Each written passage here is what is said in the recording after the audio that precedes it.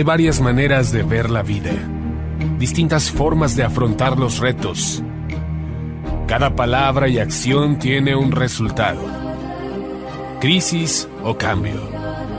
Imposibilidad u oportunidad. Derrota o victoria. Destino o decisiones. Culpabilidad o responsabilidad. Mentira o verdad. Víctima o vencedor. La diferencia se marca en los pensamientos, las ideas y las acciones. Esto es Mensajes de Victoria con Marco Tulio Carrascosa.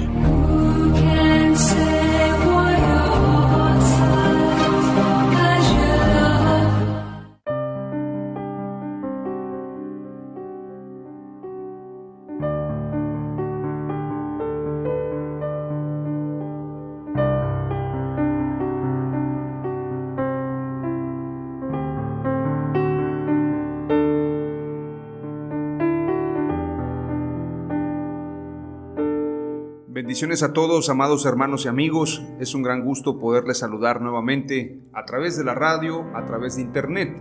Hoy estoy compartiéndoles el episodio número 26 de la serie Dios de Pactos. A este episodio número 26 lo he titulado El propósito de la esclavitud. Para muchos, hablar de esclavitud es hablar de algo muy trágico.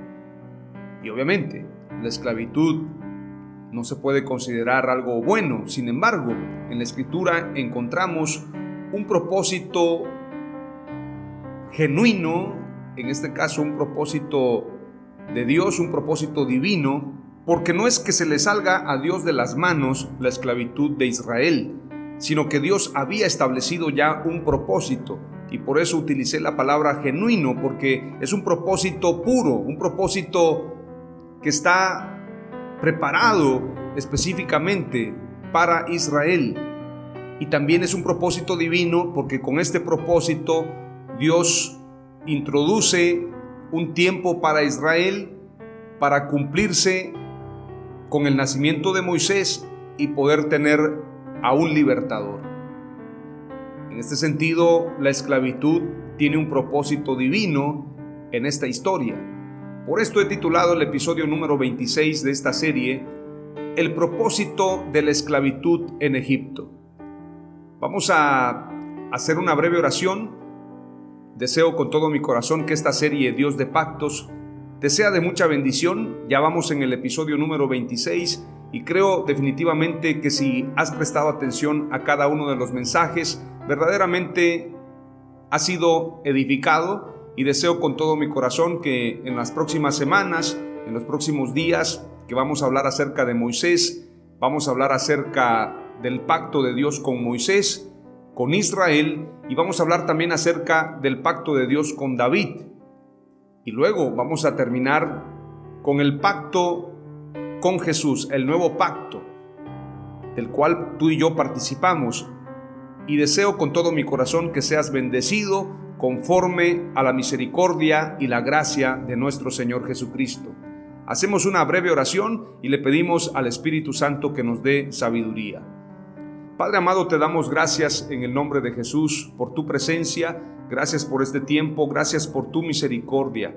Reconocemos nuestros errores, reconocemos nuestros pecados y reconocemos que sin ti no somos nada, amado Dios. Hoy te ruego, Padre Santo, que me concedas éxito en todo lo que emprenda, en todo lo que haga. Que este mensaje que voy a compartir, el propósito de la esclavitud en Egipto, sea un mensaje motivador para aquellos que han pasado por procesos difíciles. Aún Israel pasó por un proceso muy difícil, sin embargo, todo esto sirvió para que tú te magnificaras, Señor, para que tú te manifestaras en un pueblo necesitado de ti. Como dice tu palabra, utilizaste, amado Dios, a Faraón para manifestar tu poder. Como está escrito en Éxodo 3:20, entonces manifestaré mi poder y heriré de muerte a los egipcios con todas las maravillas que realizaré entre ellos. Después de eso, el Faraón los dejará ir. Esa palabra profética, esa palabra específica que le diste a Moisés. Hoy entendemos el propósito de la esclavitud de Israel en Egipto y lo comparto dándote gracias, Señor, en el nombre de Jesús. Amén. ¡Aleluya! Para poder adentrarnos a este mensaje es importante decir que los pactos de Dios son ciclos y todos los pactos dentro de un mismo pacto.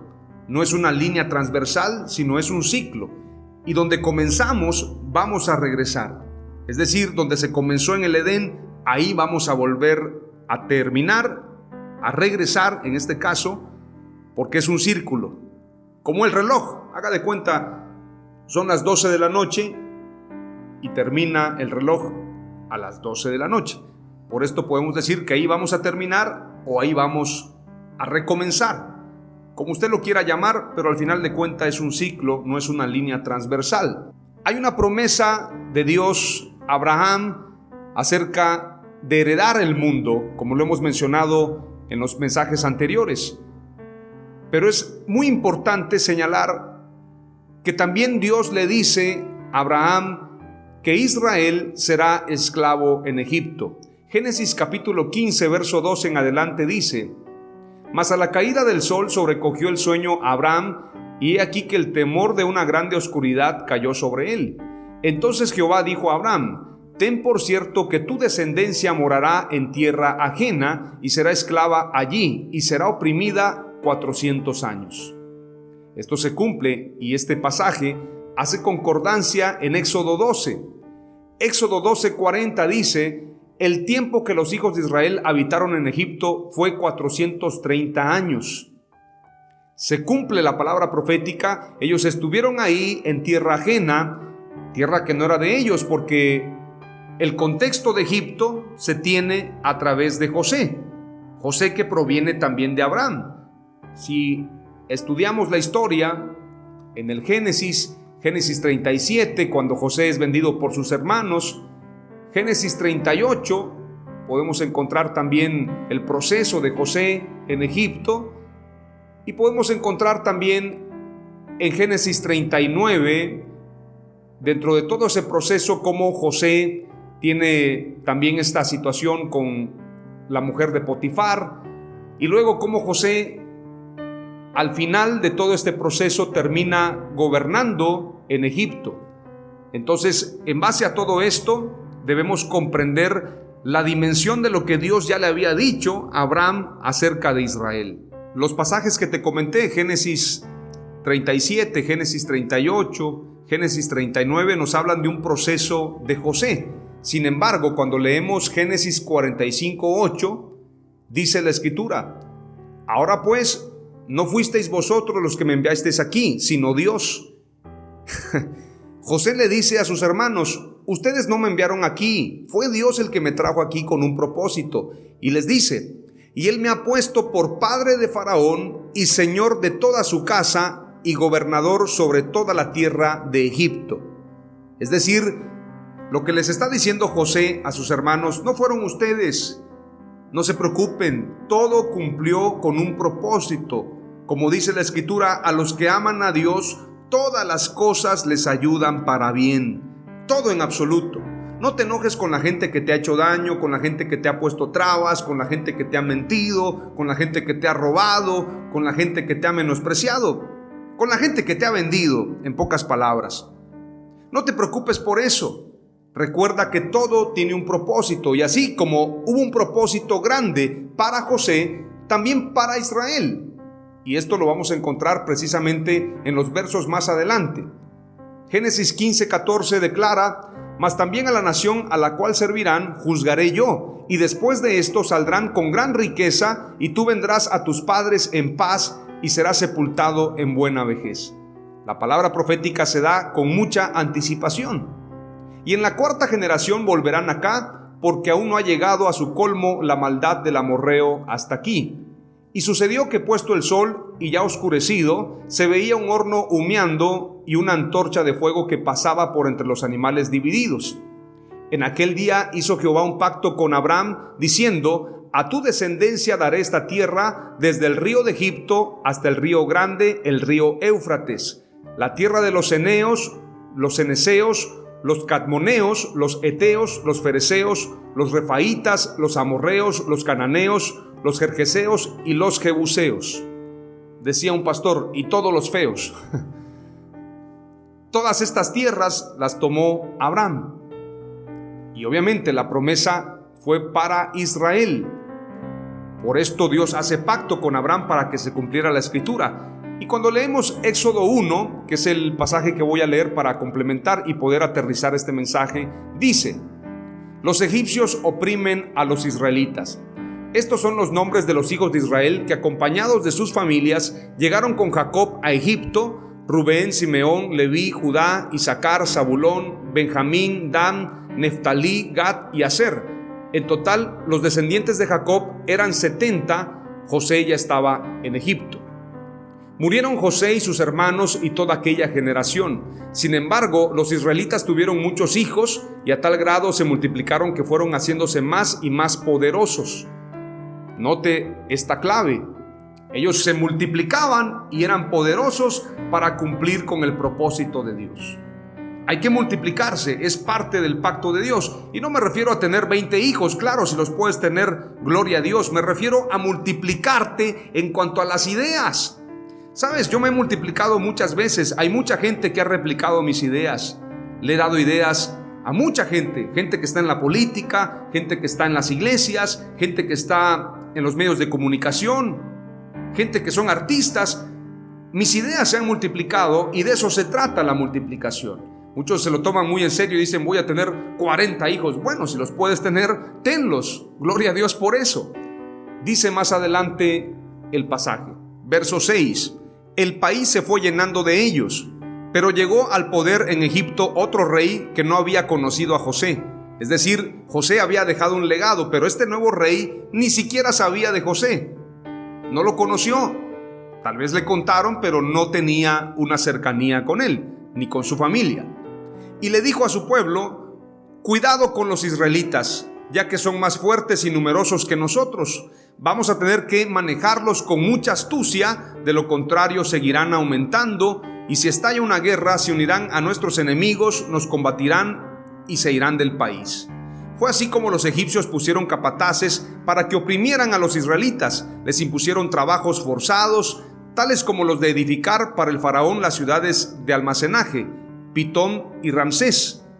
Estos nombres, qué curiosos para Egipto, y es importante investigarlos. Es importante saber de esta cultura, y yo tengo la teoría que las pirámides de Egipto las construyeron los israelitas. Es una teoría porque la Biblia no dice: y los judíos construyeron las pirámides. No dice así la Biblia, pero sí estaban obligados a hacer trabajos fuertes, trabajos pesados, y edificar para el faraón las ciudades de almacenaje. Quiero pensar que también ellos construyeron las pirámides. Es una teoría que valdría la pena analizarla. Pero cuanto más los oprimían, más se multiplicaban y se extendían, de modo que los egipcios llegaron a tenerles miedo. Cuando la gente ve que te estás multiplicando, que tus ideas están sonando, que lo que tú soñaste se está cumpliendo, que Dios está contigo, la gente te tendrá miedo. Como dijo un cantante, los gringos no es que menosprecien a los mexicanos, les tienen miedo porque son inteligentes, son trabajadores y se quedan con sus mujeres. Entonces no se trata que les tengan un rechazo, sino más bien les tienen miedo, les tienen envidia. Dice, verso 13: por eso les imponían trabajos pesados y los trataban con crueldad. Les amargaban la vida, obligándolos a hacer mezcla y ladrillos y todas las labores del campo. En todos los trabajos de esclavos que los israelitas realizaban, los egipcios los trataban con crueldad. En todos, en absoluto. Había 2 parteras de las hebreas llamadas Sifra y Fuba, a las que el rey de Egipto ordenó: cuando ayuden a las hebreas en sus partos, fíjense en el sexo. Si es niño, mátenlo, pero si es niña, déjenla con vida. Sin embargo, las parteras temían a Dios, así que no siguieron las órdenes del rey de Egipto, sino que dejaron con vida a los varones. El propósito del diablo es que no haya multiplicación, en todos los sentidos, en el sentido espiritual y en el sentido también físico. Ellos querían frenar la multiplicación. Maten a los niños y que nada más queden las niñas. ¿Para qué? Para que no haya multiplicación, porque el hombre es el que trae la semilla para tener una multiplicación. Qué interesante. Y las niñas seguramente eran muy bonitas, las hebreas, esas las dejan para que nos queden a nosotros. Qué abusivo ese faraón. Sin embargo, las parteras temían a Dios, así que no siguieron las órdenes del rey de Egipto, sino que dejaron con vida a los varones. Entonces el rey de Egipto mandó llamar a las parteras y les preguntó: ¿por qué han hecho esto? ¿Por qué han dejado con vida a los varones? Las parteras respondieron: resulta que las hebreas no son como las egipcias, sino que están llenas de vida y dan a luz antes de que lleguemos. De este modo los israelitas se hicieron más fuertes y más numerosos. Además, Dios trató muy bien a las parteras, y por haberse mostrado temerosas de Dios, les concedió tener muchos hijos. El faraón, por su parte, dio esta orden a todo su pueblo: tiren al río a todos los niños hebreos que nazcan, a las niñas déjenlas con vida.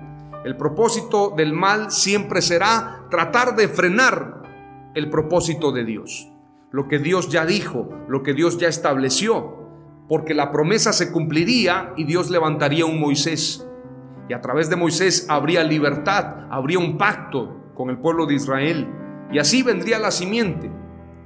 Todos sabemos que de Abraham vendría la simiente del Mesías, y entonces Moisés estaba cumpliendo también con ese propósito.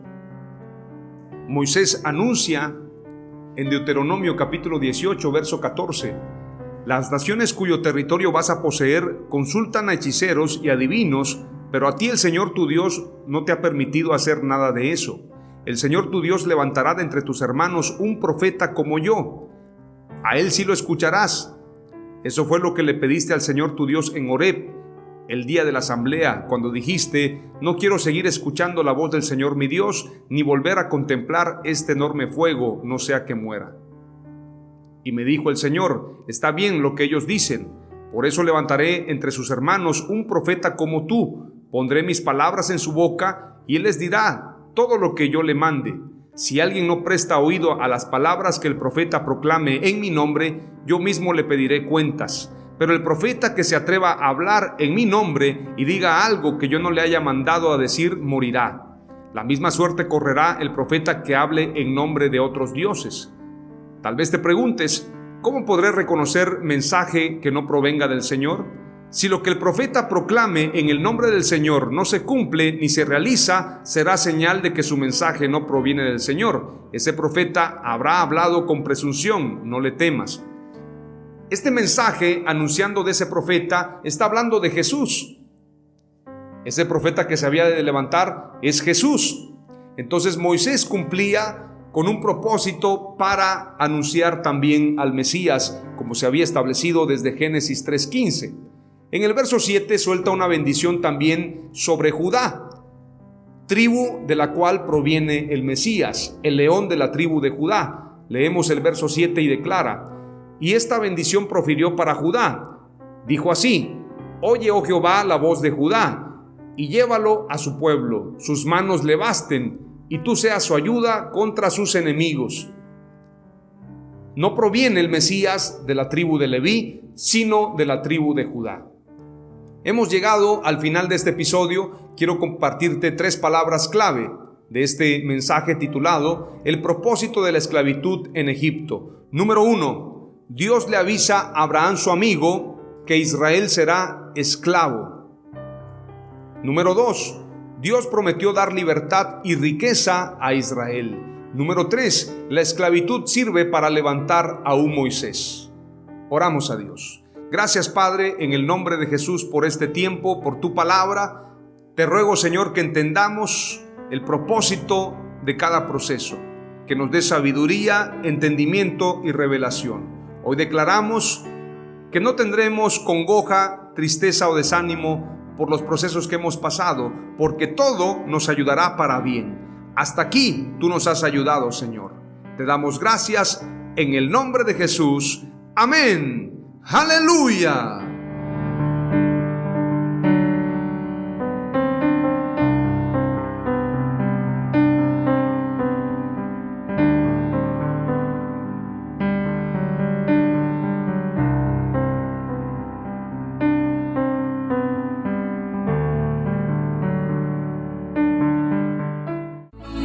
Esto fue Mensajes de Victoria con Marco Tulio Carrascosa. Gracias por escucharnos y seguirnos en nuestras redes sociales. Si deseas invitarnos a tu ciudad, escríbenos por inbox o al WhatsApp 961-66-882-99, 961-66-882-99.